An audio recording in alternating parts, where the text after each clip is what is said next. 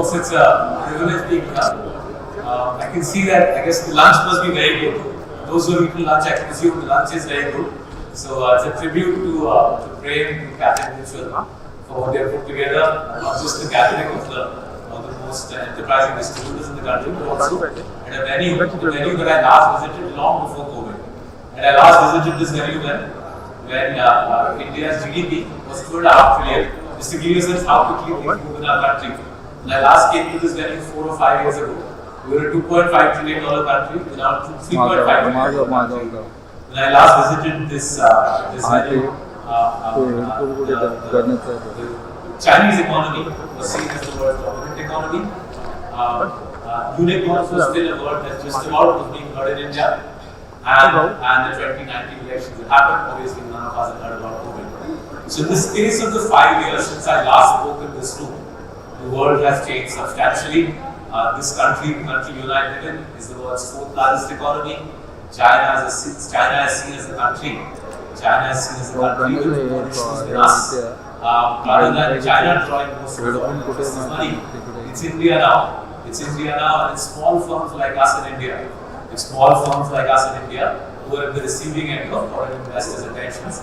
And in a way, the privilege of being here, the reason I accepted as soon as Prem wrote to me about the Cafemutual event, the reason I accepted about this event was the engine of economic development in India, ironically, is no longer foreign investor flows coming in. The engine of economic development in India is increasingly the Indian middle class, the Indian high net worth community saving vast sums of money through distributors like yourselves. Just to give you some sense of scale, because in the next 20 minutes I'll focus on the opportunities. Actually, the clock is 10:15. Next 15 minutes I'll focus on the opportunities you and I have to be part of this development process, to make money by helping hardworking people save their money. Give you a sense of the opportunity. When I migrated to India in 2008, total household financial savings was around $50 billion a year. This is 2008, 2009. Total household financial savings was $50 billion a year. If you look at the data from RBI, SEBI, and IRDA, the last 4 years, that number, household financial savings number, has been $300 billion a year. Right? In the space of 15 years, the annual flow has gone up 6x. But ये शुरुआत है. This is the beginning. Why am I saying ये शुरुआत है? If you look at India's total household wealth, now move to balance sheet. Right? Household balance sheet is $10 trillion, and the RBI has repeatedly said in the last 5 years that 95% of that number, 95% of 10 trillion is physical.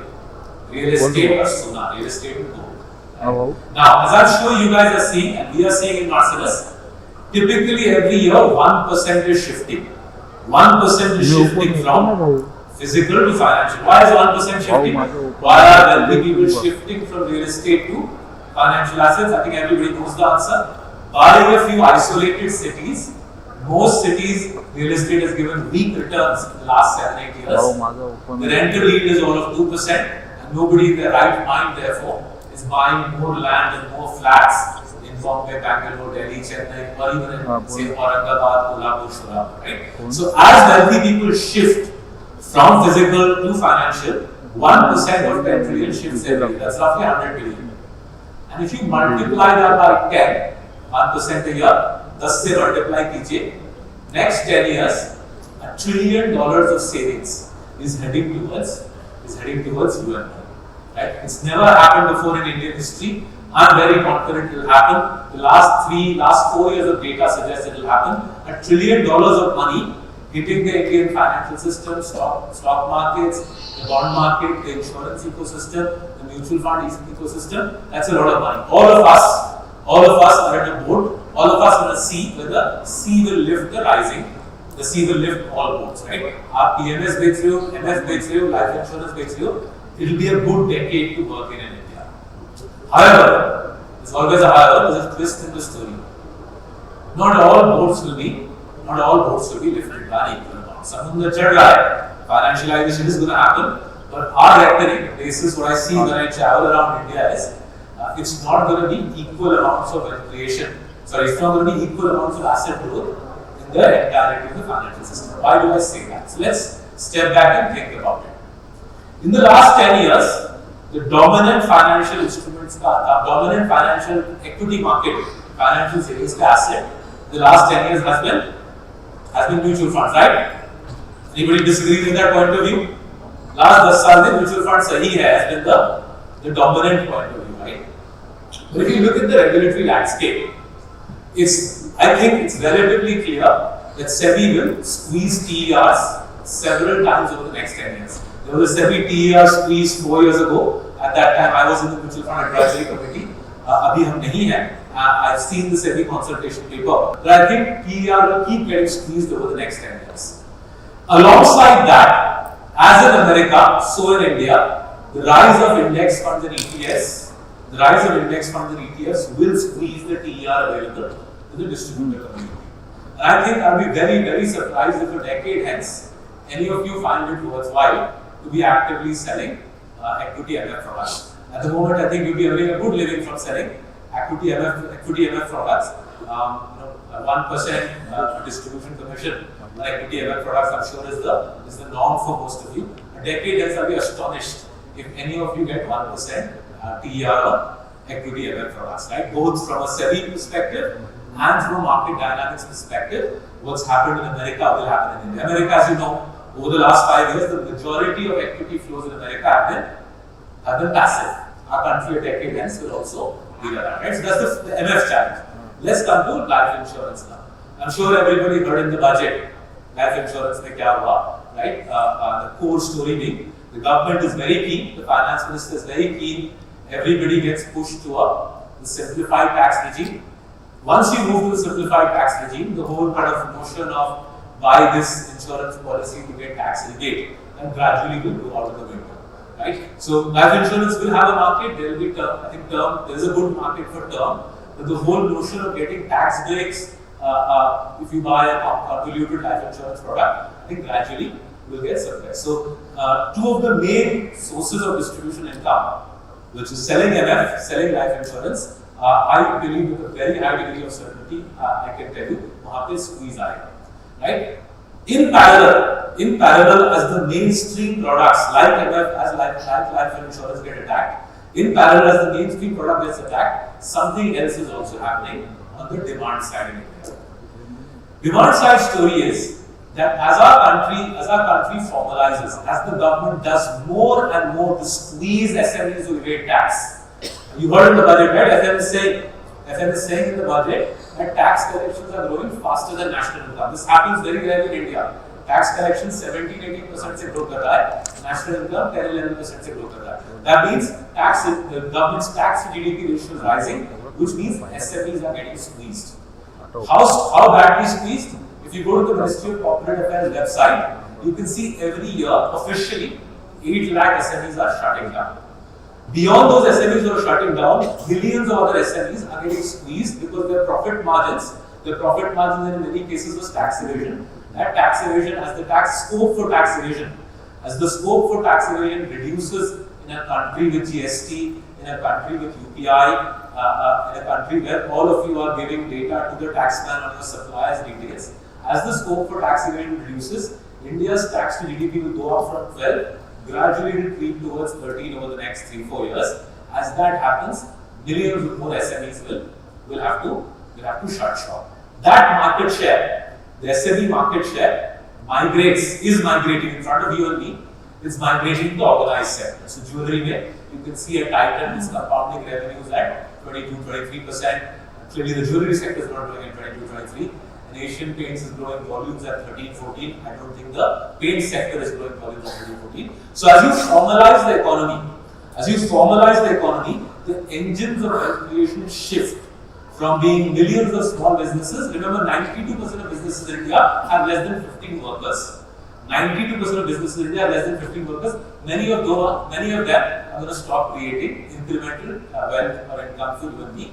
And that ecosystem, the wealth creation ecosystem, will very much swing to larger companies.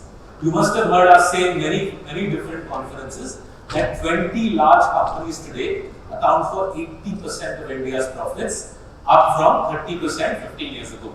20 large companies, 80% profits, up from 30% 15 years ago.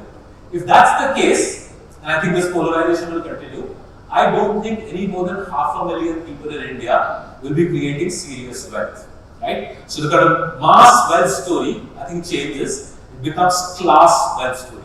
Deeply concentrated wealth in the hands of 500,000 people, 500,000 people. Remember, PMS and AIF holders in India today are no more than 2 lakh. Just 2 lakh people own PMS and AIF in India.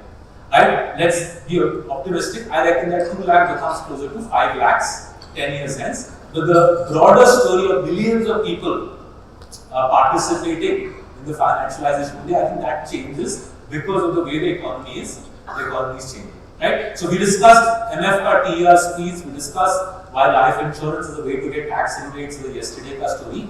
Right? The third theme of what I'm going to tell you is this: the polarization of India's economy, the rise of the new super rich class of roughly 500,000 people. And if you go to these 500,000 people, and they're not just in Bombay, they're also in Aurangabad, they're also in Kanpur, they're also in Bhubaneswar, they're also in Kolhapur.